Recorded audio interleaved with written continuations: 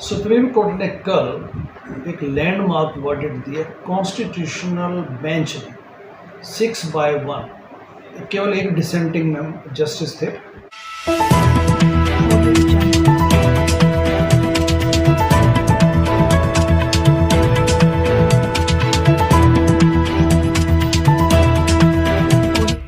इस news channel पर जो भी वक्ता ने कहा वो उसकी अपनी राय है, जिसकी पुष्टि नेशन न्यूज इंडिया नहीं करता। धन्यवाद। Bela Trivedi. Otherwise 6 supreme court justice ने यूनानिमसली डिसीजन दिया कि SC/ST रिजर्वेशन में भी कोटा सिस्टम लागू किया जा सकता है। यानी कि आपको लगता है स्टेट्स को, ये स्टेट्स को राइट दिए, स्टेट एवं स्टेट्स को राइट दिए कि आप रिजर्वेशन SC/ST रिजर्वेशन में आइडेंटिफाई कीजिए कि कौन से ऐसे दलित ये ST कम्युनिटी जो ज़्यादा मार्जिनलाइज्ड है, जो ज़्यादा पिछड़ी हुई हैं, उनको आप चिन्हित करके उनके लिए आप रिक्लासीफाई कर सकते हैं कोटा में। सेकेंडली, इसमें आप क्रीमी लेयर को भी आइडेंटिफाई करके उसको आप एक्सक्लूड कर सकते हैं। इसमें एक जस्टिस ने तो ये भी बोला है कि क्रीमी लेयर आइडेंटिफाई करके सिर्फ एक जनरेशन तक उनको बेनिफिट दीजिए।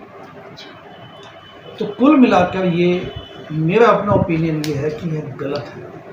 जो सुप्रीम कोर्ट की कल माननीय सुप्रीम कोर्ट ने कल जो डिसीज़न दिया है वो मेरे ख्याल जुलाई 31, 2024 को जो डिसीज़न दिया वो मेरे ख्याल से ठीक नहीं है, क्योंकि दलित समाज को आपको होलिस्टिकली देखना पड़ेगा, होलिस्टिकली कि इसके सोशल डायमेंशंस भी देखने पड़ेंगे। क्योंकि सुप्रीम कोर्ट ने कहा है, क्योंकि 2004 में जो एक वर्डिक्ट आई थी सुप्रीम कोर्ट की, EV चिन्नैया वर्डिक्ट, उसको इन्होंने ओवर रूल कर दिया है। यानी कि उसको उन्होंने साइड पर रख के एक नया वर्डिक्ट दिया। इसमें ध्यान देने वाली बात यह है कि चिन्नैया वर्डिक्ट ने 2004 में सुप्रीम कोर्ट ने कहा था कि दलित एक होमोजीनियस कम्युनिटी है, इसलिए इसमें आप सेपरेशन से क्रिएट नहीं कर सकते। इस सुप्रीम कोर्ट ने अभी जो माननीय सुप्रीम कोर्ट की जो कॉन्स्टिट्यूशन बेंच है, इसने कहा कि नहीं, सुप्रीम कोर्ट ने कहा है, करंट सुप्रीम कोर्ट ने, कि SC/ST कम्युनिटीज हेटेरोजीनियस वर्ग है, क्लास है। यानी कि उसमें अलग अलग किस्म के क्लासेस मिलते हैं, जिसमें कि कोई ज़्यादा पिछड़ा है, कोई कम पिछड़ा है, कोई ज़्यादा गरीब है, जो ज़्यादा मार्जिनलाइज्ड है, ऐसा इन्होंने बोला है।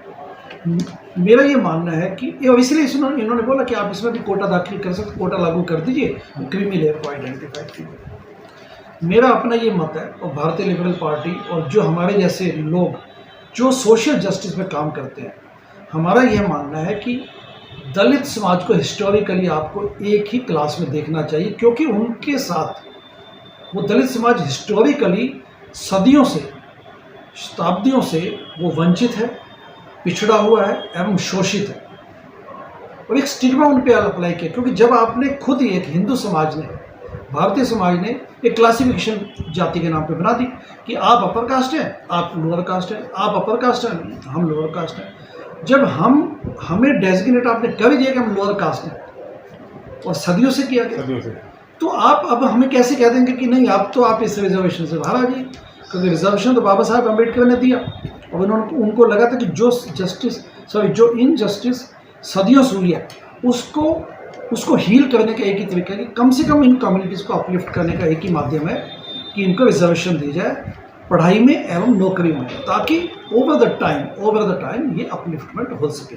सिर्फ रिजर्वेशन से बेनिफिट नहीं होगा, सोसाइटल चेंजेस भी लाने पड़ेंगे, माइंडसेट भी चेंज करना पड़ेगा, आउटलुक भी चेंज करना पड़ेगा। और सबसे बड़ी बात है जो कि बाबा साहब अम्बेडकर ने भी कहा, और जो समाज सुधारक, जो अन्य सच्चे समाज सुधारक है, जो सच्चे मीन्स जो ईमानदारी से इस मुद्दे को हल करना चाहते हैं, वो सब ये कहते हैं कि कास्टलेस सोसाइटी बनानी पड़ेगी। जैसे आप कॉकेशियंस में जाइए, वाइट्स में भले रेसिज्म है against the blacks, but whites में इटसेल्फ में कास्ट सिस्टम नहीं है। वाइट मीन्स वाइट, उनके हिसाब से आपको वो नहीं मिलेगा, भेदभाव नहीं मिलेगा कि तू इस किस्म का वाइट है, तू इस किस्म का वाइट है। अब हिंदू समाज कहते हैं कि मैं इस किस्म का हिंदू हूँ, तू इस किस्म का हिंदू है, आप इस किस्म के हिंदू है, मैं इस किस्म का हिंदू, ये क्या मतलब है? तो कास्टलेस सोसाइटी तभी अचीव होगी वास्तव में, अगर आपको रिजर्वेशन, जब आपको ये दलित और ये स्वर्ण का का डिफरेंशिएशन खत्म करनी है तो आपको कास्टलेस सोसाइटी बनाने के लिए भी मेहनत करनी पड़ेगी। और कास्टलेस सोसाइटी तब बनेगी जब ईमानदारी से हम फेस करें कि हाँ ये प्रॉब्लम है। अगर मैं ईमानदारी से प्रॉब्लम को फेस ही नहीं करना चाहूँगा तो मैं उसका सॉल्यूशन कभी नहीं निकाल पाऊँगा। इसलिए मुझे लगता है कि दलित समाज को ये जो डिसीजन है सुप्रीम कोर्ट का ठीक नहीं है, एवं हमें कास्टलेस सोसाइटी के लिए भी एफर्ट्स अपने करने पड़ेंगे। सर क्या आप जो जैसे इसमें जो आप रिजर्वेशन का सिस्टम चेंज करने वाले हैं दलित समाज में भी, क्या लगता है आपको दलित समाज भी आपस में बढ़ जाएगा इस रिजर्वेशन इस डिसीजन पे? बिल्कुल बढ़ेगा, क्योंकि दलित समाज में जब आपने सब कैटेगरीज, क्योंकि सुप्रीम कोर्ट ने कहा है कि उप वर्गीकरण या सब कैटेगरीज भी आप बना सकते हैं, क्रीमी लेयर भी आइडेंटिफाई कर सकते हैं, तो ये इससे क्या होगा कि दलित समाज की यूनिटी को धक्का पहुंचाएगा। दलित समाज को बड़े चैलेंजेस फेस करने हैं, जैसे कि जो उन पर एक उत्पीड़न होता है, उन पर एक शोषण होता है, एक सोशल स्टिग्मा जो उन पर लगाया हुआ है, उसके लिए दलित समाज को इकट्ठे मतलब मिल के फेस करना पड़ेगा। जब आपने उनमें भी वर्गीकरण कर दिया तो आप उसे फूट दिलवाने की कोशिश है। सर वर्तमान सरकार इस समय थर्मामीटर लेके चेक कर रही है दलित समाज अभी जिंदा है या मर गया है। जिस तरीके से सुप्रीम कोर्ट ने कल का निर्णय मान लो या उससे पहले रविदास बनाम जाटव, रविदास मंदिर को तोड़ा, उस समय रविदासियों के बीच और जाटवों के बीच में इतनी गहरी खाई खोद दी कि दोनों भाइयों को अलग करने का काम किया। तो किस चीज़ को क्या मानते हैं सर आप? देखिए, जब मैं इस चीज़ को और अधिक गहराई से देखता हूँ, आरएसएस और बीजेपी ये वास्तव में हिंदू समाज के अपने आप को ठेकेदार समझते हैं। जो हिंदू समाज का ठेकेदार अपने आप को समझता है तो कास्ट सिस्टम भी क्यों नहीं बोलते? आरएसएस और बीजेपी चाहते हैं कि कास्ट सिस्टम बना रहे, और वास्तव में यदि आपको दलित समाज के आप हितैषी हैं तो आपको सबसे पहले कास्ट सिस्टम एक्सेप्ट करना चाहिए। जो लड़ाई है ब्राह्मणवाद के खिलाफ, आरएसएस और बीजेपी उस पर शांत है, उस पर चुप है। तो इसलिए वो चाहते हैं कि वो जो अपनी हेजामानी या अपना जो एक वर्चस्व चाहते हैं कि वो हमारा न हटे कभी, वो बना रहे। इसलिए वो चाहते हैं कि दलित समाज में ही फूट डाली जाए। तो जो आपने एग्जाम्पल दिए वो उसी की तरफ है। सर जातियों में जातियों को लेकर वर्तमान सरकार इस समय बड़े पैमाने पर खाई खोद रही है। जी फुटबॉल राजनीति हो रही है। हाँ बिल्कुल, ये फुटबॉल देखिए, जब कांवड़ियों वाला आप देख लीजिए, कांवड़ियों वाला जो डिसीजन था, जो सुप्रीम कोर्ट ने, धन्यवाद उनका कि उन्होंने इस पर इमीडिएटली बैन लगा दिया। जब कांवड़ यात्रा निकल रही थी, पहली बात तो कांवड़ यात्रा में भी शोषण किसका होता है? दलित और पिछड़े वर्ग का होता है।